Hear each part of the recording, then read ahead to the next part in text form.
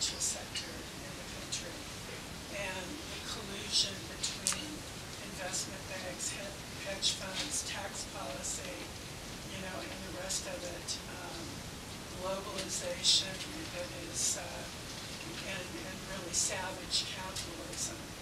I mean, all of that stuff is talked about and pinpointed and talked about as a real patriot. If you don't do something about this, you know, there isn't going to be too much of a country left. We've witnessed in the last, what, year and a half, 40% decrease in the dollar. And that may be great if you are an importer-exporter. But if you are an average American, it basically means that, you know, you're not going to ever get to Europe again. And, you know, I mean, it means that everything is unaffordable, and the middle class is just really becoming the lower class.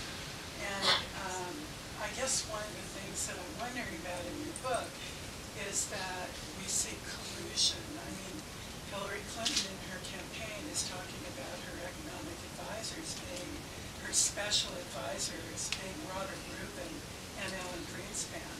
And if we're going back there, nothing is going to change.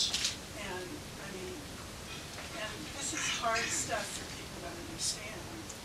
But I just why don't you answer the collusion and special interest question? Yeah. I mean, I think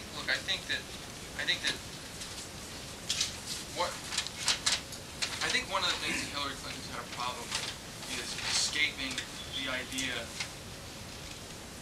because at the beginning of the campaign it was seen as a good thing for her. The idea that going back to the Clinton administration is a great thing. And I think that this has really not been very well reported.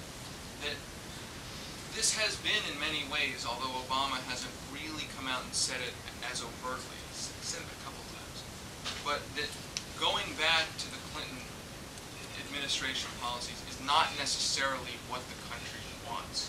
That's not to say the country, people don't like necessarily what happened then, but I think that because of the major economic policies that people know of from the Clinton administration, from the Clinton era, NAFTA being the best example. I mean, most people don't even really know what NAFTA is. It's a trade agreement between Mexico and, remember, Ross Perot and the giant sucking sound.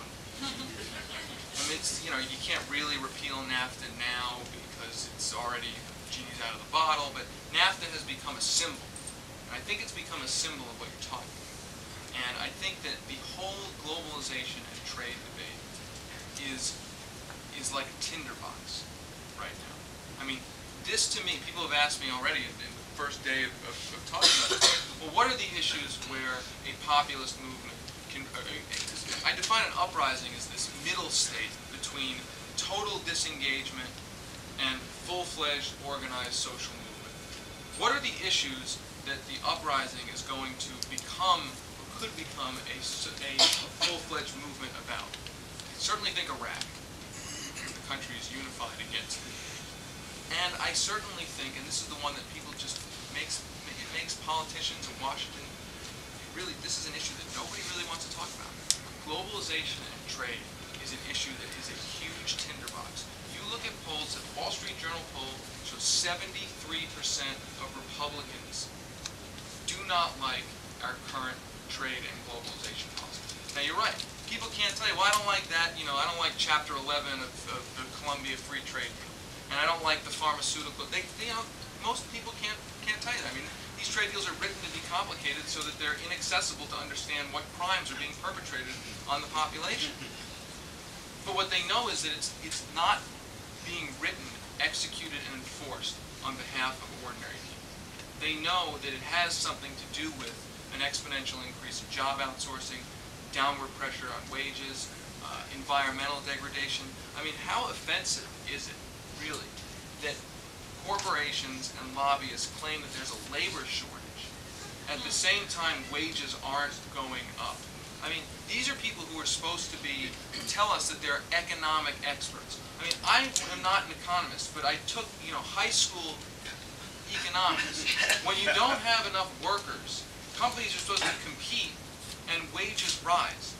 You can't say that there's a labor shortage when wages aren't rising. And so I think I use that anecdote because I think that people understand at a very base level that those policies governing that are rigged, and they're a real part of the problem. And this is one of the areas where I think there can be a very powerful left-right coalition out in the public, among the social movement, and even in Congress. Tax policy, what about that then?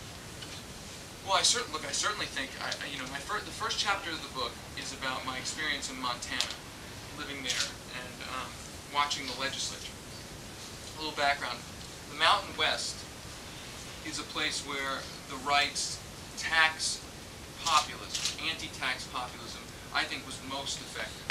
I now live in Colorado, which is a state that has something called the Taxpayer Bill of Rights, which is the trophy of the anti-tax movement. It basically prevents any revenue increases in spending higher than the amount of revenue coming in. You can't raise taxes except by a constitutional ballot initiative. In Montana, I followed the tax fight, and what happened in Montana was you had a very divided legislature, and you had the right trying to demagogue the tax issue, and you had progressives finally figuring out how to duke it out on taxes. And it got to the point where it was amazing that progressives, through the governor, who is a good friend of mine, he basically figured out that if he could corner the right into defending only tax cuts for out-of-state corporations and timber corporations, and he could make the progressive position, we want to take some of that budget surplus and do not an across-the-board rate cut, but like a chicken in every pot kind of cut. So I think it was $300 or $400 property tax rebate. If I can make the debate a debate between tax fairness and the conservative movement wanting to go to bat for timber companies and out-of-state landowners with their trophy homes, then we can win. And it was obscene. They went into a special session. Okay, never in the history of Montana has there been a special session of the legislature for anything other than wildfires, emergency. The state is burning. We need a special session. We had a special session in Montana because the Republicans refused to back down from their opposition on a plan to simply make out-of-state landowners pay their taxes. And what ended up happening was, after the legislature went out, the Republican Party in Montana publicly fell apart. I'm not kidding. I'm talking about they threw out their majority leader. You had a Republican convention in the state where they were saying, we've got, you had the conservatives saying, we capitulated, and you had the moderates saying our party, I think it was Danny Reber, the congressman from there, actually said, our party needs to be a mainstream party. And what he's saying is, we're so out of the mainstream, we've been so boxed out of the mainstream by progressives. So that says to me that so many people are afraid of the tax fight, so many politicians are afraid of the tax fight, but it's there to be won. If it can be won in a place like Montana, it can be won